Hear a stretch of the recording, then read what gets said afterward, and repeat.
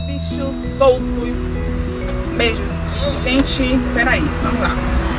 Alguns anos atrás eu tive alguns ex, né? E hoje eu vejo esses ex, graças a Deus existem redes sociais.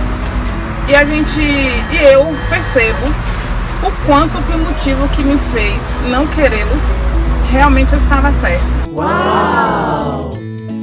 Muitos deles eu deixei porque eu achava que não tinha futuro pra mim.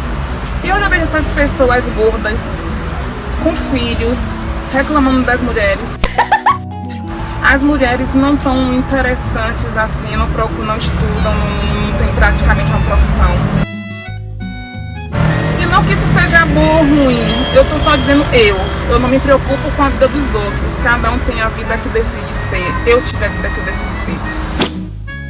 Chore, se acabe, curta o seu luto, sabe, não tenha vergonha de assumir o seu sofrimento, mas pare uma hora e pense, esse pode ser o melhor momento da sua vida. Porque você está fazendo escolhas e você está dizendo não a alguma coisa que não foi bom para você e que tão pouco será bom no futuro. Relaxe. Às vezes a gente se preocupa tanto em estar com alguém e a gente se esquece totalmente que não é uma obrigatoriedade, sabe? Para estar com alguém tem que ser bom. Mas antes de estar com alguém, você tem que estar bem consigo para que você não aceite.